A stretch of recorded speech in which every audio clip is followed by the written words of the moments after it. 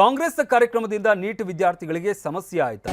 ತೇಜಸ್ವಿ ಸೂರ್ಯ ಟ್ವೀಟ್ಗೆ ಸಚಿವ ಪ್ರಿಯಾಂಕ್ ಕೌಂಟರ್ ಕೊಟ್ಟಿದ್ದಾರೆ.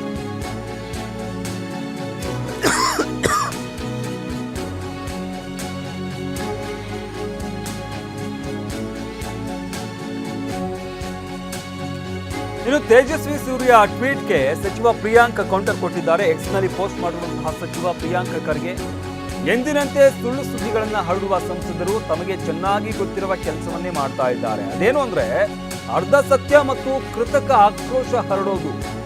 ಅಸಲಿ ಸತ್ಯಾಂಶಗಳು ಹೀಗಿದೆ ಅಂತ ಪ್ರಿಯಾಂಕ್ ಇವತ್ತೇನೆಲ್ಲ ಆಯಿತು ಅನ್ನೋದ್ರ ಬಗ್ಗೆ ವಿವರಿಸಿದ್ದಾರೆ.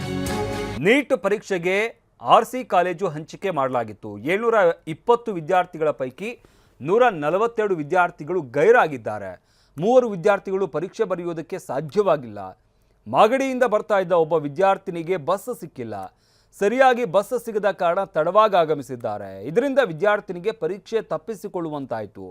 ಮತ್ತೊಬ್ಬ ವಿದ್ಯಾರ್ಥಿ ಹಳೆಯ ಹಾಲ್ ಟಿಕೆಟ್ ತಂದಿದ್ದ.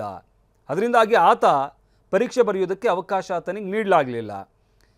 ಮತ್ತೊಂದು ಕಡೆ ಆರ್ ಟಿ ನಗರದಿಂದ ಬರ್ತಾ ಇದ್ದ ಒಬ್ಬ ಪರೀಕ್ಷೆ ತಪ್ಪಿಸ್ಕೊಂಡಿದ್ದಾನೆ. ಇದಕ್ಕೆ ನಿಖರವಾದ ಕಾರಣ ಇನ್ನೂ ಕೂಡ ಪತ್ತೆ ಹಚ್ಚಲಾಗ್ತಾ ಇದೆ. ಏನಾಯಿತು, ಆ ವಿದ್ಯಾರ್ಥಿಗೆ ಏನು ಸಮಸ್ಯೆ ಆಯಿತು ಅನ್ನೋದ್ರ ಬಗ್ಗೆ ಪತ್ತೆ ಹಚ್ಚಲಾಗ್ತಾ ಇದೆ ಅಂತ ಟ್ವೀಟ್ ಮಾಡಿದ್ದಾರೆ ಪ್ರಿಯಾಂಕ್ ಖರ್ಗೆ.